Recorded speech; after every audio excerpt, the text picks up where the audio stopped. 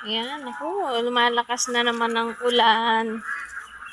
Hindi pa tayo nakakarating sa inyong kulungan. Konti na lang. Huwag masyadong madaliin para hindi kayo mapagod. Kasi sa bigat ng katawan ninyo, sigurado.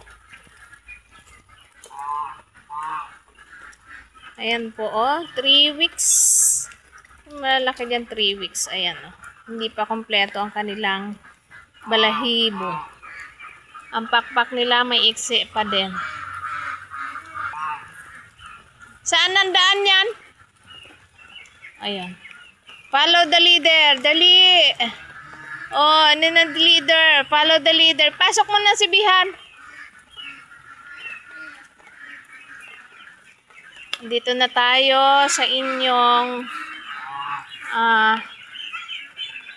bagong ang tawag dyan, kulungan. Bihan, pasok ka na, Bihan.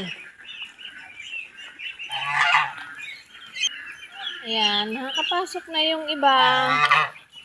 Very good.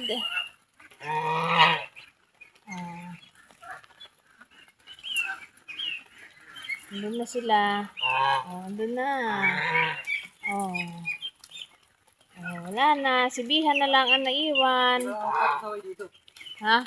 Ayan na yan ang magiging pasaway dyan. Pipilitin niyang ilabas yan.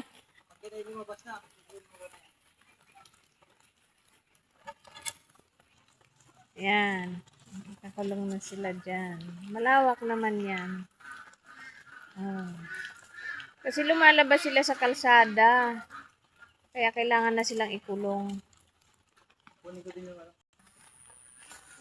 Ito po. Dahil maulan, kahit maulan, titik pa rin sa bunga si bayabas. Ayan, ang lalaki ng bayabas. Oh, ang daming bunga. Bata pa tong bayabas na to. Ito, madami siyang bunga, lalaki pa. Nalaglag mo nga ako. Oy, kinakain na ng ibon. Oh, kawawa naman kasi yung ibon kasi maulan, wala silang pagkain. Daw, bayabas. So, magbipitas tayo ngayon ng bayabas. Ito, kinainan na siya ng ibon. Ibon ba kumain dyan ng paniki? Bagay, ibon din ba yung paniki? Ang laki. Ang laki ng bayabas. Hawakin mo. May ipot yung kamay ko. Ay siya. Sarap yan. Tapos, ito, yung saging senyorita.